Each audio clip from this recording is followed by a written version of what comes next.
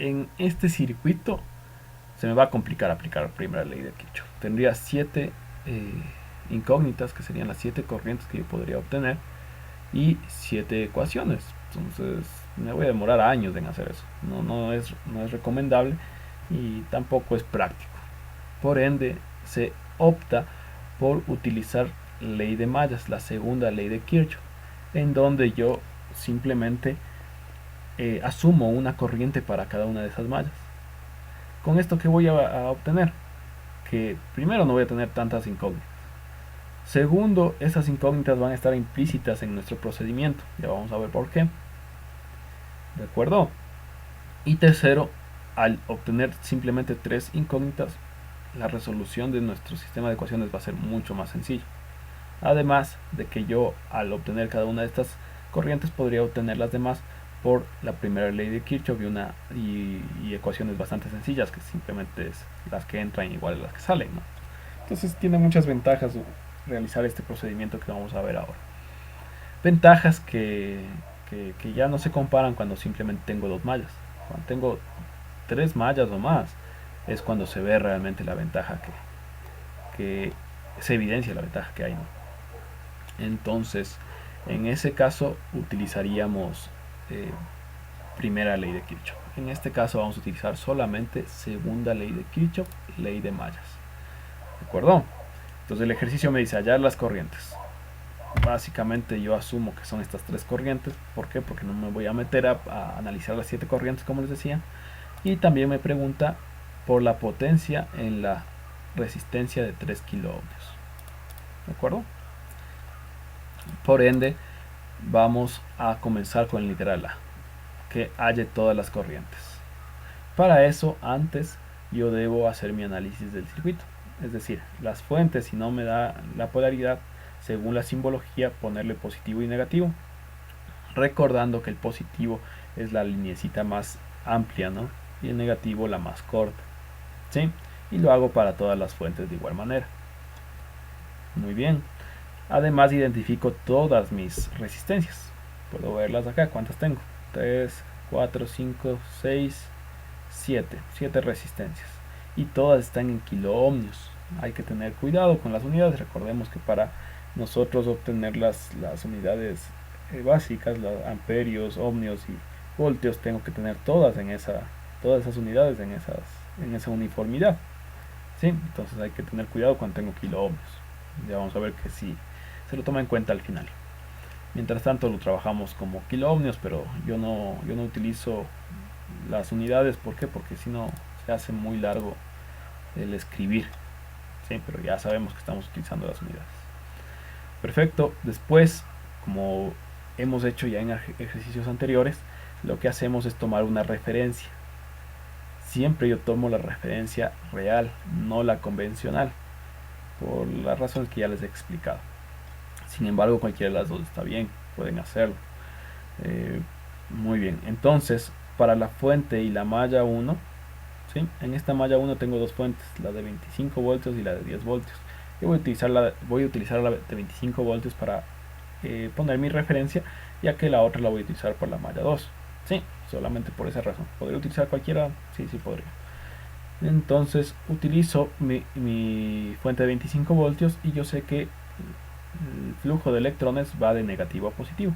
Por lo tanto, voy a obtener esta referencia en sentido antihorario para la malla 1 y voy a decir que en ese sentido se mueve una corriente 1, lo cual es cierto porque por la fuente 1 tiene que generar esta corriente, este flujo de electrones, ¿no? Perfecto, ya tengo definida mi corriente 1 y mi referencia para la malla 1, que van a ser independientes. Ya vamos a ver por qué. La referencia es independiente de la corriente, ¿no? Que tengan el mismo sentido, pues es otra cosa. En la malla 2 de igual manera voy a tomar mi fuente de 10 voltios y digo que sí, que se está moviendo de negativo a positivo. Por lo tanto, la referencia también es en sentido antihorario y la corriente 2 también va a ir en ese sentido. Perfecto. Para la malla 3 tengo una fuente independiente de 15 voltios. Esta fuente de igual manera me va a dar un flujo de negativo a positivo. Por lo tanto, mi referencia en este caso va a ser horario. Veamos, malla 1 antihorario, malla 2 antihorario, malla 3 horario, ¿de acuerdo? ¿Sí? Lo que me va a resultar en que el flujo de electrones siga esta línea. ¿De acuerdo? En la malla 1 en cambio va a seguir una línea de esta forma. Y en la malla 2 de esta forma. Sí, perfecto. Ahora sí, teniendo todo eso en cuenta, puedo plantear mi segunda ley de Kirchhoff, ley de mallas o de voltajes, en donde me dice que se conserva la energía, ¿no es cierto? Es el principio de la conservación de la energía. Por lo tanto, la sumatoria de voltajes debería ser igual a cero. O, como nosotros lo habíamos tomado para facilitar las cosas, el proceso, que con esta asunción nosotros ya no tenemos nada que pensar, ¿no? Sin embargo, siempre tenemos que tener muy en cuenta de dónde viene esto. No es que mágicamente sale esto, ¿no? Y esta afirmación es que el voltaje suministrado es igual al voltaje consumido. ¿De acuerdo? Y sabemos que el voltaje de suministro van a ser las fuentes y que el voltaje de consumo van a ser las resistencias. No se olviden que estamos trabajando solo en la malla 1, solo malla 1. Cuando trabajamos en la malla 1, todo el resto desaparece. Muy bien, comenzamos. Para la malla 1 tengo dos fuentes, de 25 voltios y de 10 voltios. Pero ¿qué pasa? Que aquí la de 25 voltios va a ser positiva porque a partir de ella yo tomé mi referencia. Pero ¿qué pasa con la de 10 voltios? La corriente que está fluyendo por esa fuente de 10 voltios, ¿se dan cuenta? Sigue esta flechita que le puse acá y que es contraria a la referencia. ¿Se dan cuenta que la referencia en cambio está entrando hacia arriba? Y esta corriente está yendo hacia abajo, por lo tanto es contraria. Al ser contraria, esta fuente va a actuar de manera negativa el voltaje de esta fuente va a actuar de manera negativa a mi referencia, por lo tanto le pongo negativo. Sí, bastante sencillo. Esto es igual a la sumatoria de los consumos. En este caso, ¿qué vamos a hacer? Todas las resistencias que se encuentran relacionadas con la malla 1 las pongo sumándose, ¿sí? Como vemos aquí, 7 más 2 más 9 más 10. Recuerden que no estoy poniendo unidades, pero esto es kiloohmios. Sumo todas y multiplico por mi corriente 1, que es la de mi referencia, ¿sí? Por ende todas van a ser positivas. Por eso tengo acá delante el signo más, que no está escrito, pero está ahí. Muy bien, entonces esto es facilito. Resistencia por corriente. ¿Por qué? Por lo que ya habíamos visto antes, ley de Ohm. Voltaje es igual a resistencia por corriente. Y recordemos que aquí es voltaje, no voltaje de consumo. Por lo tanto tengo que sacar un voltaje de aquí. Y es lo que estoy haciendo. Ahora, ¿cuál es el siguiente paso? El siguiente paso es las resistencias que se encuentran en la malla 1, pero que les está pasando corrientes de otra malla. Se dan cuenta que en la de 7 y la de 2 están pasando corrientes de qué malla? De la malla 3. Por lo tanto, tengo que tomarlas en cuenta. ¿Cómo lo hago? Pues las sumo las dos, muy bien, están sumadas aquí, chévere. Y las multiplico por la corriente que está pasando por ahí, que es I3. Pero también tengo que ver el signo de esto. ¿Será positivo o negativo? Veamos. Estoy yendo en sentido antihorario y paso de esta manera, ¿no es cierto? Y me voy para la izquierda. La corriente está yendo hacia la izquierda, como muestra la flechita. Y la corriente I3, que es la que acabo de decir, es la de referencia, ¿no? Y la corriente I3, que es la que me importa, también está yendo hacia la izquierda, como nos indica la flecha. Por ende, las dos están en el mismo sentido y su signo va a ser positivo. ¿Sí? Perfecto. Ya solo nos queda la resistencia de 9 kiloohmios, que también tiene una corriente I2. Pero esta corriente I2 está fluyendo en el mismo sentido que la referencia de la malla 1 o en sentido contrario. Pues como vimos hace un ratito, la corriente I2 está yendo hacia abajo, como se nota claramente aquí. Y la referencia está yendo hacia arriba, por lo tanto es contraria y el signo es negativo. Perfecto. De esa forma planteo. Y como les decía, aquí está implícito las ecuaciones que hubiéramos planteado si hubiésemos hecho por leyes de la primera ley de Kirchhoff. Aquí estoy tomando en cuenta tanto las corrientes, la corriente 1 que está fluyendo por acá, como las otras corrientes que fluyen por las otras resistencias. Al resolver todo esto, 25 menos 10 me queda 15. Al resolver y ordenar, ordenemos para que se nos facilite al final, me queda 28 y 1 menos 9 y 2 más 9 y 3, que es simplemente operar, ¿no? Esta es la ecuación número 1 obtenida de la malla 1. Tal vez alguna pregunta hasta aquí, chicos. Muy bien, entonces continuamos. La malla 2, hacemos el mismo proceso, lo mismo. Primero, las fuentes que son el voltaje suministrado, ¿cuáles son?